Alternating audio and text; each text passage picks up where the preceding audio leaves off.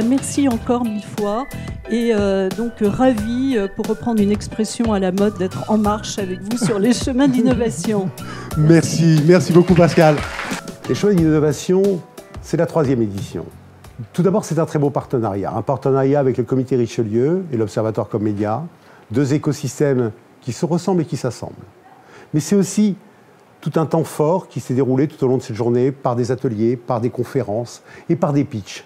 Ce qui nous motive au Comité Richelieu et à l'Observatoire Commedia, c'est que nous sommes engagés dans une transition numérique qui bouscule tous les schémas de production de valeur, les modèles économiques, et qu'une des clés de la réussite des acteurs, qu'ils soient grands ou petits, c'est leur capacité de travailler ensemble. C'est-à-dire comment, à travers des événements de ce type, faire rencontrer des startups, des PME, des ETI et des grands groupes, des donneurs d'ordre dans le domaine de la communication, pour qu'il y ait un échange, un espace de respiration qui soit propice à finalement créer du business. Un environnement formidable, celui de la SCP.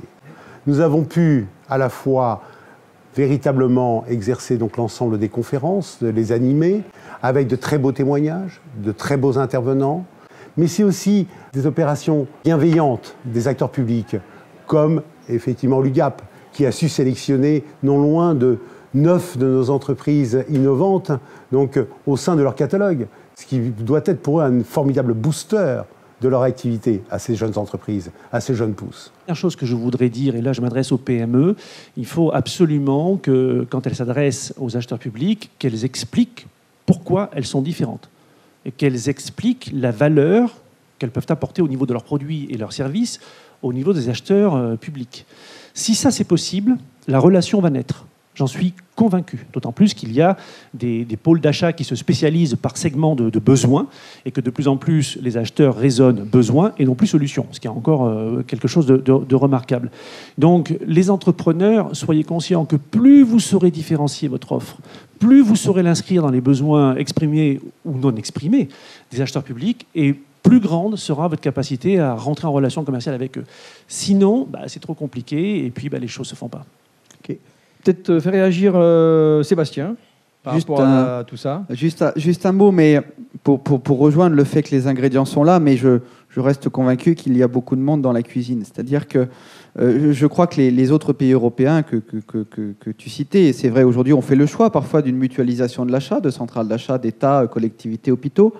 Je crois qu'on ne peut pas gagner cette guerre parce qu'on parle vraiment de guerre économique et de soutien rapide à ces entreprises innovantes pour qu'elles se développent très vite, sans avoir à un moment une armée, non pas de napoléonienne, mais une armée très structurée avec des objectifs, comme tu disais, des indicateurs, des statistiques. Enfin, nous sommes, à 2,3% d'achats innovants à l'UGAP. Ça fait 2 ans qu'on mesure. Ça fait 2 ans qu'on donne à nos clients leurs propres statistiques. L'État connaît notamment ses achats innovants auprès de l'UGAP.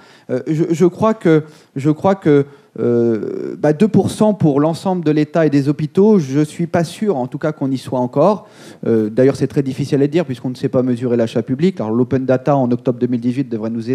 Il est question de ce que les entreprises, quelle que soit leur taille et leur métier, sont capables de s'apporter mutuellement, par leurs échanges, par leur capacité de collaborer, d'innover ensemble et de faire du business ensemble. C'est ça l'enjeu que nous poursuivons, aussi bien à travers l'écosystème de l'Observatoire Commedia que celui du Comité Richelieu.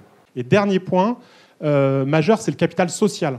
Et là, c'est assez aussi fascinant. C'est-à-dire que je vais juste vous donner une liste qui montre l'ampleur du phénomène. Je vais vous citer quelques entreprises. La liste est trop longue pour que je m'en souvienne totalement. Si vous prenez Yammer, Slide, Yelp, SpaceX, Solar System, Tesla, LinkedIn, YouTube, Reddit, Yahoo, Square, Instagram, Airbnb, Eventbrite, Evernote et Tumblr, toutes ces entreprises-là ont été soit financées de façon importante, soit créées, soit conseillées de façon significative par les anciens fondateurs de PayPal.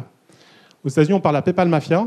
Et donc, un des sujets majeurs, c'est les relations entre, non pas des grands patrons, etc., pas seulement, mais aussi les relations entre des entrepreneurs à succès et les jeunes entrepreneurs, et comment on crée des filiations. Et on voit que les entrepreneurs français font leur boulot de plus en plus sur ce sujet, c'est assez remarquable. Mais on est peut-être à la 2e ou 3e génération d'entrepreneurs à grand succès en France, contre sans doute 5 ou 6 aux États-Unis. Et puis c'est, je dirais, ce forum où on sent un vent d'oxygène formidable, c'est celui des startups. 52 d'entre elles étaient présentes, mais aussi avec ce que j'appelle l'ancienne économie, mais aujourd'hui, les entreprises qui ont su donc pivoter et qui eux-mêmes innovent et qui rentrent dans la catégorie des startups. Nous sommes sur des thématiques qui deviennent de plus en plus transversales. C'est-à-dire que quand on aborde la réponse française, de la réussite française face aux GAFA, quand on aborde les problématiques de financement, les problématiques de recrutement. On sait que l'emploi est un élément déterminant. Les représentants plus haut niveau de Pôle emploi étaient là aujourd'hui à nos côtés. Parce qu'on sait qu'on va devoir également recruter autrement. On sait qu'on doit satisfaire de nouveaux profils. La transformation numérique nous l'y oblige. Mais pas seulement. Il faut qu'on crée cette dynamique. Et là encore, on s'aperçoit que les institutionnels, comme Pôle emploi, savent mettre à nos côtés tous leurs efforts pour dynamiser ce qui n'est plus acceptable aujourd'hui, c'est le niveau de chômage que nous connaissons.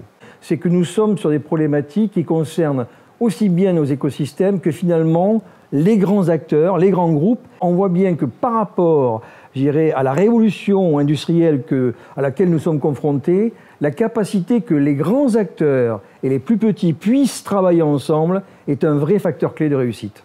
C'est avant tout le partage d'expertise, le partage d'expérience, le partage de bonnes pratiques et toujours dans un climat de bienveillance. Les chemins de l'innovation, c'est une invitation à partager ensemble une façon de voir le monde et de l'appréhender au sens global du terme ensemble.